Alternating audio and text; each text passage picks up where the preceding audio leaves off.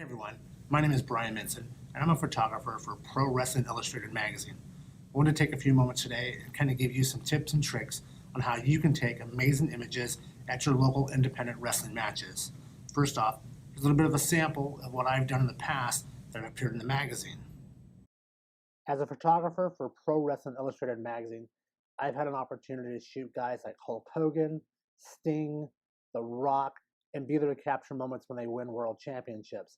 However, I can't really share those images on social media due to the contracts they have as photographers.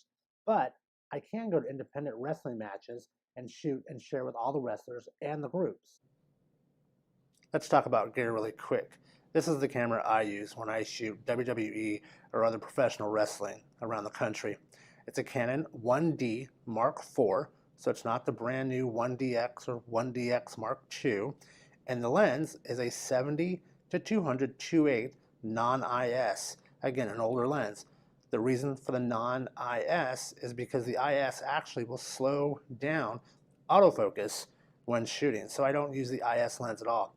But you do not need something this extravagant and this high quality. A simple Canon Rebel, say a T5, a T6, with even a kit lens will work fine.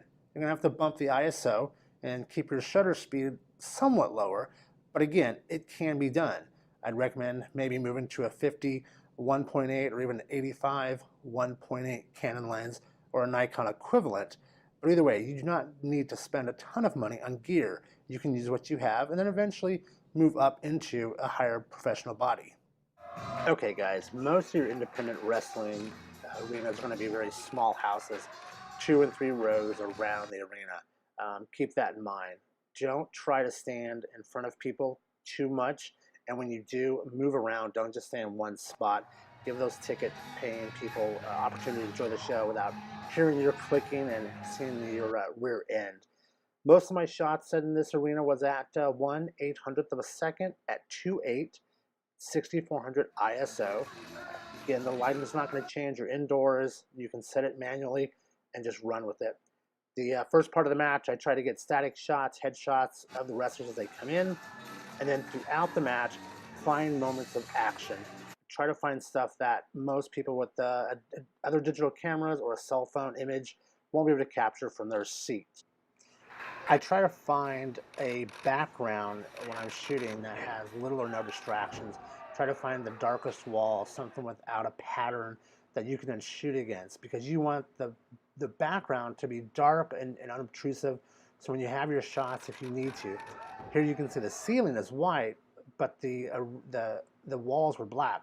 So it was hard to shoot something and not get it fully black to where it's not distracting.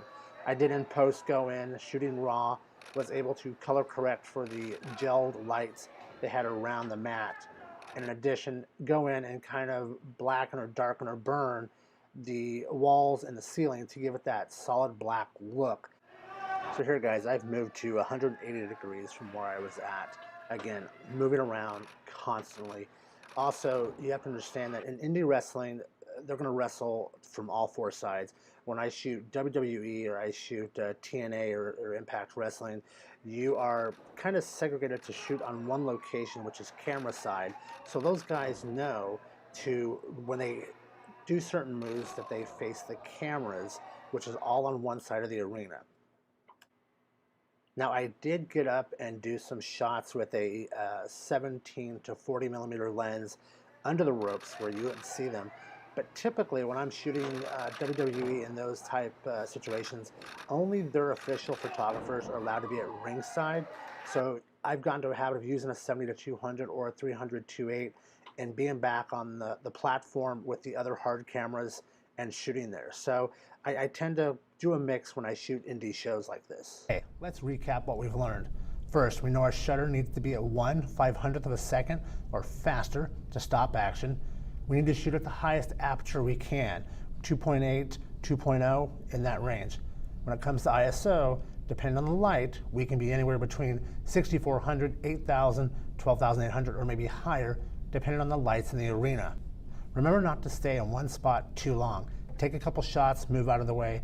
Don't get in front of anyone. Don't let your shutter annoy the people who've paid money to be there at this show. Don't forget to try different angles, squat down if you can, get up a little higher. Have fun, enjoy it, and share your images with those wrestlers. They want to see them, fans want to see them. Possibility it may lead into something more for you down the road. Thanks so much. If you have any comments or questions, put them down below and I'll get back to you as soon as I can. Thanks.